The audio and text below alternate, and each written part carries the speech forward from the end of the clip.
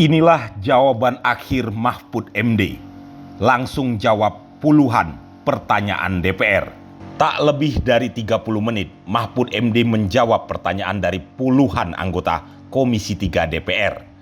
Paling tidak, sedikitnya ada 24 penanya. Saat ditawarkan agar Mahfud menjawab esok harinya, Mahfud menjawab dia mau menjawab pertanyaan puluhan anggota DPR itu malam itu juga. Berikut jawaban akhir dari Mahfud MD. Baik, terima kasih. Saudara, pertanyaannya banyak tapi hampir sama sih. Minta itu aja saya kira tidak cukup lah kalau sampai jam 11 insya Allah. Meskipun kalau saudara ingin mentanya lagi dari situ ya bisa ditunda rapatnya. Saudara, saya ingin klarifikasi dua hal dulu. Yang pertama, saya itu ketika menyatakan menantang, itu karena menjawab tantangan. Saya enggak pernah, ini mulanya begini, kan di Twitter saya itu di-capture pernyataan Pak Beni Harman. Ada Pak Beni Harman itu di Detik, itu bicara begini, jam 4.21, Detik.com jam 4.21 tanggal 26. Intinya itu, saya harap Mahfud berani buka-bukaan. Berani terus terang, itu Detik, jam, ya, Detik.com tanggal 26 jam 4.21. Nah, saya menjawabnya jam 7. Bismillah, saya datang, kan gitu. Jadi bukan saya yang nantang, saya yang ditantang. Ya saya jawab. Jadi jangan dibalik gitu. Masih ada kan di Twitter dilihat. Saya tuh kan mengcapture Pak Beni, bukan saya yang mulai. Saya enggak, saya diam aja. Tapi ditantang gitu kan, ya datang. Harap datang juga Pak Arteria, Pak Arsul, karena ini kan yang terus terang pada waktu bicara keras saya katakan mengancam, kan ada di video. Saya ingatkan Ketua PPATK ini berlaku bagi Menteri, bagi Menko. Ancaman hukumannya 4 tahun. Kenapa? Karena satu, ngumumkan ke publik nggak boleh. Lalu saya bilang, saya siapa yang ngumumkan? Ngumumkan itu kan ada ukurannya. Identitas. Iya kan? Identitas akun kan itu ada ukurannya. Ngumumkan. Saya ngumumkan agregat. Nah, satu. Kalau soal agregat sudah tidak sepakat, tetapi itu bukan membocorkan. Nah, kalau karena misalnya ketua PPATK melapor ke saya, lalu disalahkan, ya, kemudian saya mengumumkan itu secara agregat. Ini si ketua, jangan nanti dulu Arteria, biar beliau jawab sampai jam 11. Kita nggak ada interupsi. Ya, oke. Kalau karena jam 11 lagi. Kalau karena dia melapor ke saya lalu saya umumkan agregat, lalu diancam hukuman, harusnya karena kenapa? Dia laporkan harusnya ke presiden, karena PPATK ini langsung bertanggung jawab presiden. Lalu saya tanya, Leben itu tiap hari laporan ke saya, memberi informasi intelijen ke saya. Apa dia sama diancam hukuman 10 tahun sesuai dengan pasal 44 karena barang siapa menyampaikan, membocorkan rahasia intelijen negara, ya, diancam 10 tahun penjara. Maka saya tanyakan, bukan saya mengadu. Kalau ini laporan salah, kok Ben tidak salah? Ini saya tadi bawa contohnya. Ben itu tiap hari ngasih ke saya dan itu menjadi bahan saya untuk menentukan, oh di sana ada apa, di sana ada apa.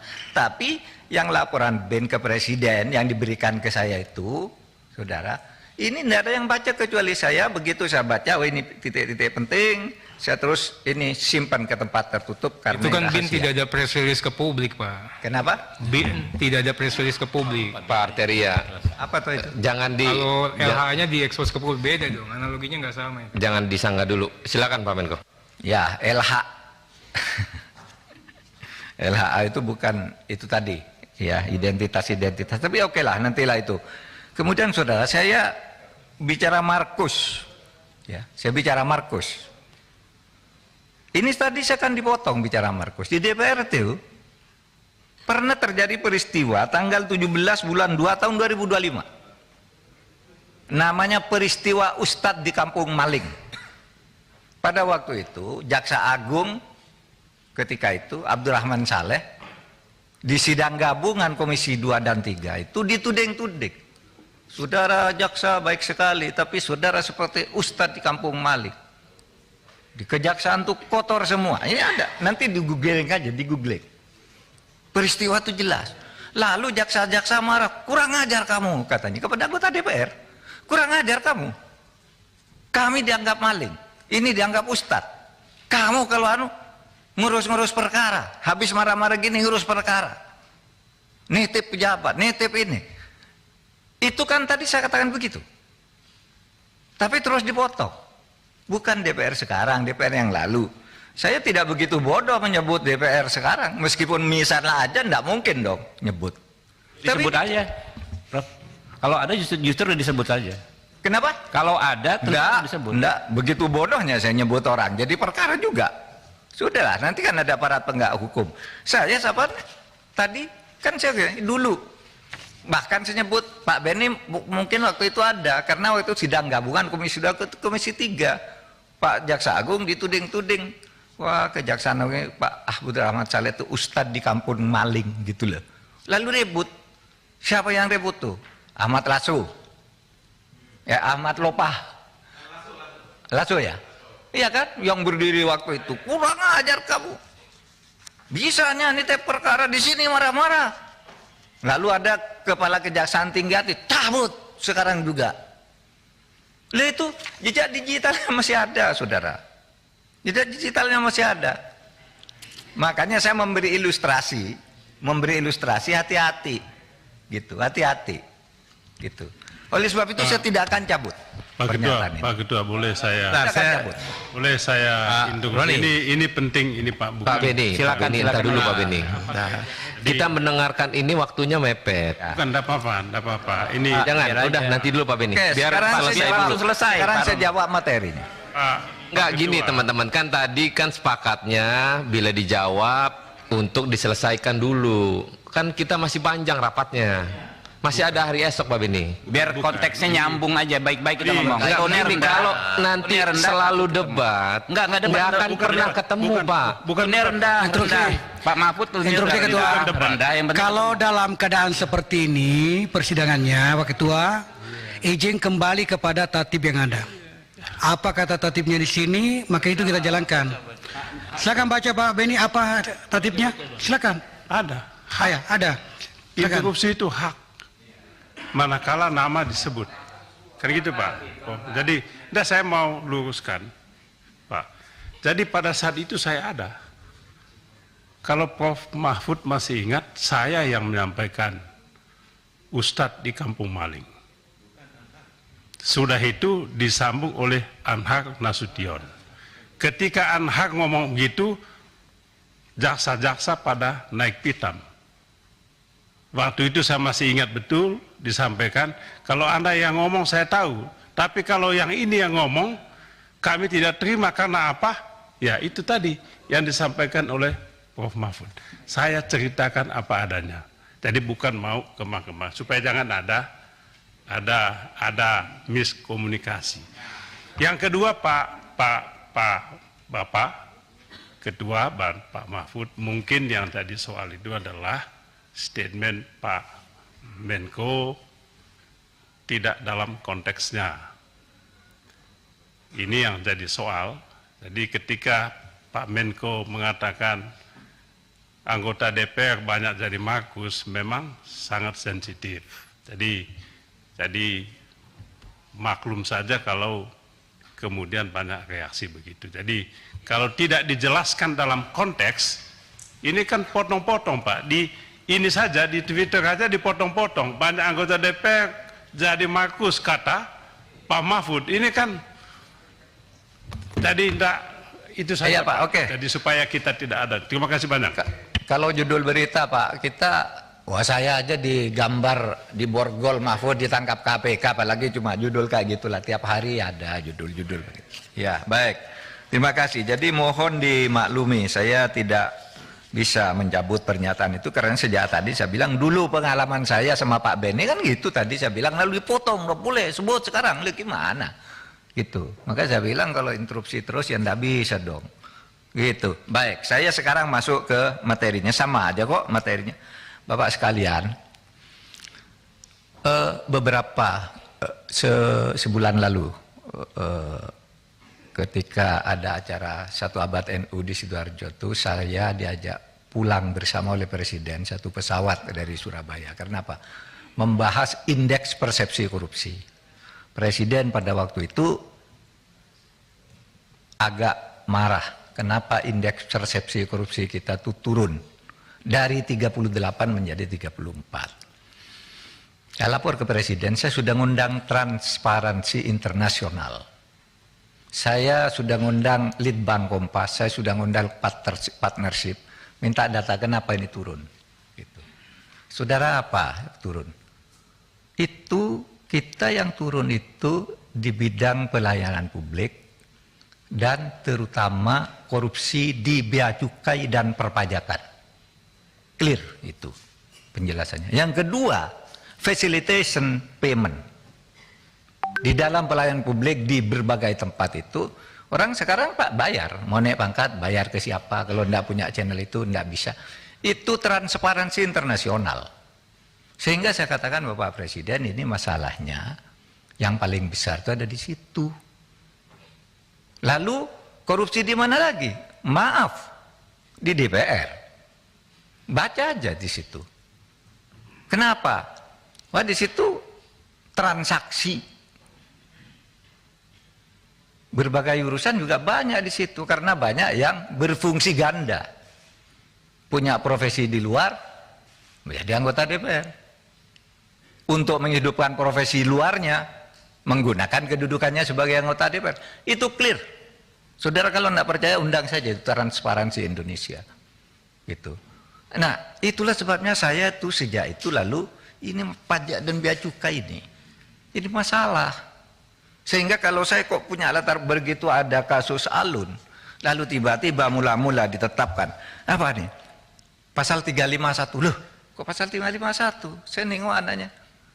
Mau pasal 51 itu kelalaian lah itu, bukan penganiayaan. Hukumannya ringan sekali. Lalu saya datang saya minimal 354, 355. Gitu. Karena semua orang tahu menghajarnya luar biasa. Lalu muncul tentang kekayaan ini. Muncul tentang kekayaan 56. Oh kok kaya banget gitu. Besoknya ditemukan lagi 500. Lalu saya minta, coba saya minta. Itu ada kasus enggak di PPATK kok orang kayak begitu? Gitu. Nah itulah yang terjadi saudara. Jadi kalau latar belakangnya kenapa Alun? Lalu sesudah itu ditemukan lagi begitu banyak. Dari situ saya minta rekap. Jadi saya yang minta rekap ke ini. Nah, inilah rekap yang saya sampaikan tadi. Ya, saudara, data ini clear valid. Tinggal pertemukan saja dengan Bu Sri Mulyani. Tidak ada data yang beda. Cuma Bu Sri Mulyani itu menerangkannya begini. Kalau PPATK itu kan rombongan nih, misalnya Rafael, itu kan ada rombongannya. Nah, ketika diperiksa oleh Bu Sri Mulyani, satu yang diambil. Sama dengan ini tadi. Jadi ini rombongan, namanya pencucian uang.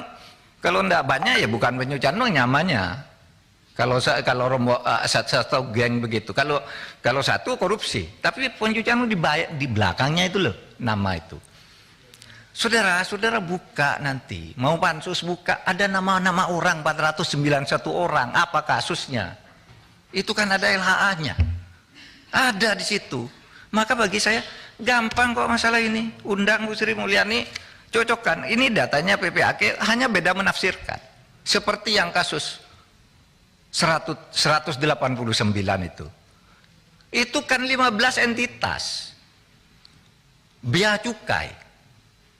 Tapi pertama Bu Sri Mulyani tidak tahu. Bu Sri Mulyani tidak tahu. Buktinya apa? Tanggal 14 dia baru menjelaskan itu. Ya. Contohnya, Pak. Nah, ini hasil analisis untuk satu nomor loh. Satu nomor tuh hasil analisisnya begini. Kalau sampai 300 nomor berapa mau dibawa ke sini semua? Tapi saya jamin Anda semua dapat nih uraian faktanya. Tadi sudah saya tayangkan di situ. Itu benar. Dijamin 100% benar. Nomor ada tanggalnya kok. Cuma kenapa? Yang saya katakan tadi, kalau kita semua dinengakuan pencucian uang, serompai kayak apel begitu, lalu diambil satu oleh Bu Sri Mulyani. Oh ini pajak, lalu karena lo kok perusahaanmu banyak sekali, lalu pajaknya yang dihitung, bukan pencucian uangnya, bukan pencucian uangnya. Kan gampang nih mempertemukan dengan Bu Sri Mulyani kayak gitu, gampang banget. Nggak ada data yang berbeda kok. Siapa datang kok datanya berbeda? Udah ada yang berbeda, menafsirkannya yang beda, menafsirkannya yang beda. Nanti lihat aja di sana penafsiran pada satu rangkaian ini. Oleh sebab itu saya tadi lihat Pak Tobas di TV, itu betul, sudah clear bagi dia. Ini kan sudah ada 3 kelompok, dan setiap kelompok itu ada ininya. Nggak ada yang beda. Kenapa kok seperti serem sekali terjadi permusuhan? Nggak ada permusuhan antara Menko Polhukam dengan itu, enggak. Saya bantu Bu Sri Mulyani. Ya, saudara tinggal aja. Sudah tinggal cari aja. Ini di data yang saya sampaikan nih. Ini ada semua kok ini nih. Saya kasih nanti. Pak Menko, sebentar. Belum Pak dikasih. Arteria, kalau mau kasih Pak Arteria. Tadi Pak Menko mengatakan datanya Bu Sri Mulyani tidak benar. Itu Wah, saya jelaskan sekarang. ya sebentar Pak, saya mau nanya ya. Kemudian data primernya sama. Ya. Nah, dari paparan ini ya saya dari tadi mencoba, Pak. Ini samanya di mana?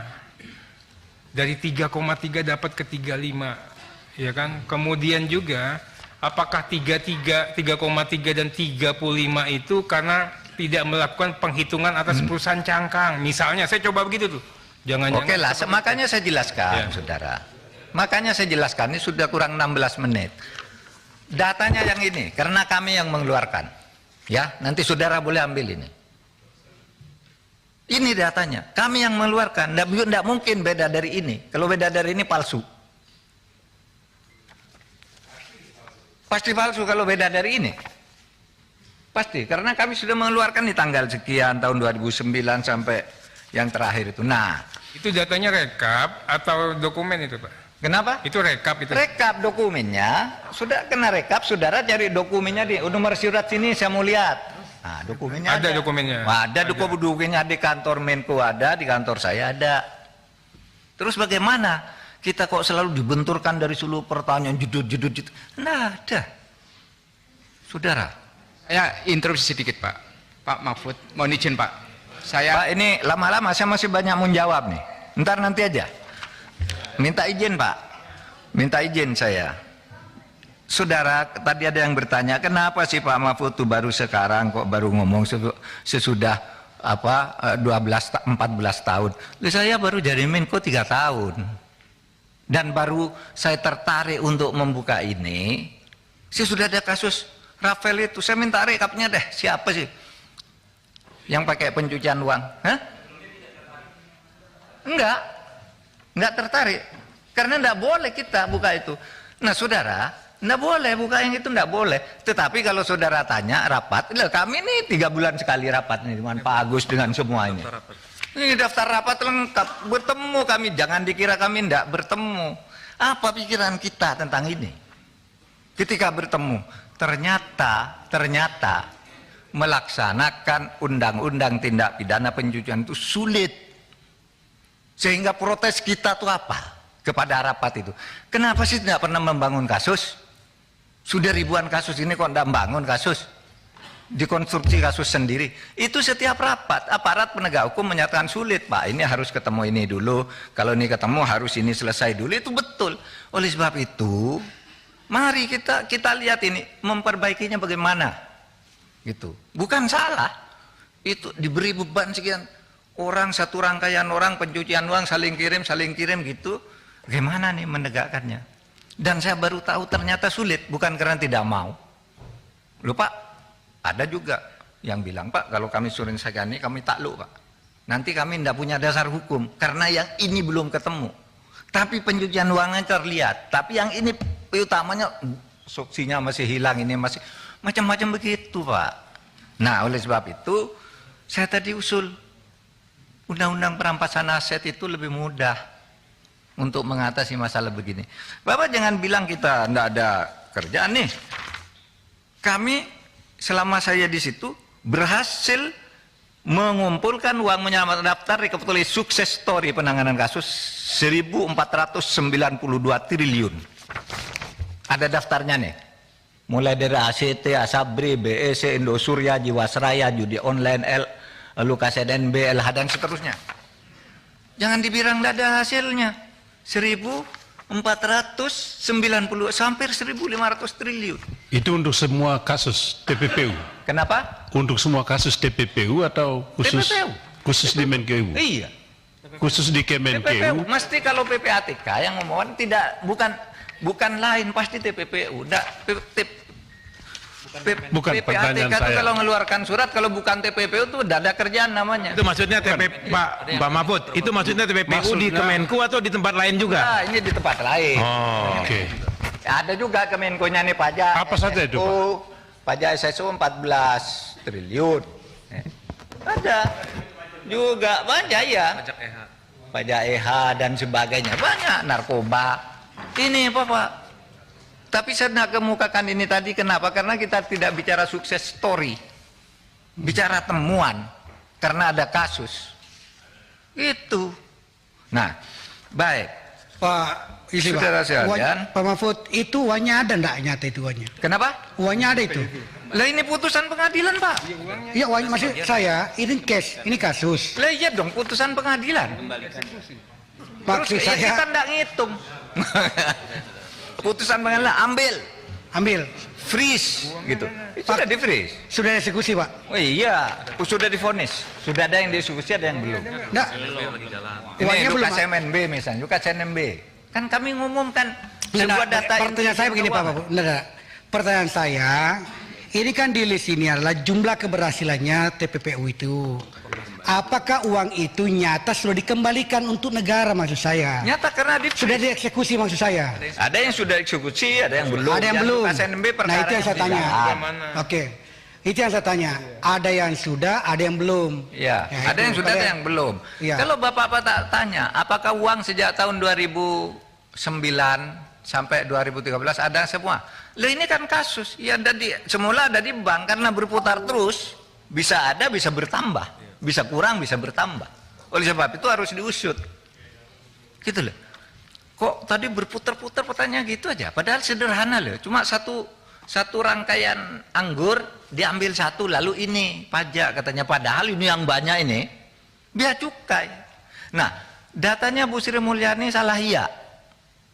Nih datanya nih, surat yang asli semula itu dikirimkan by hand yang ditandatangani orang pajak yang menyerahkan. Ini di sini kasus mengenai tadi yang 108 triliun, nanti saya tinggal ini. Ini tidak bisa diserahkan dengan surat karena sangat sensitif. Oleh sebab itu diserahkan by hand. Bertanggal 13 November 2017. Ini yang nyerahkan. Ketuanya Pak Badarudin, Pak Dian Ediana, kemudian Heru Pambudi yang dari Bea Cukai, Dirjen Bea Cukai, lalu Sumiati Irjennya, kemudian Rahman Dirsa dari Itjen, Wigianto Bea Cukai. Ini ada tanda tangannya semua nih. Bahwa 2013 kasus ini masuk, tapi 2020, entar Pak, 2020 belum selesai, kita kirimi surat baru.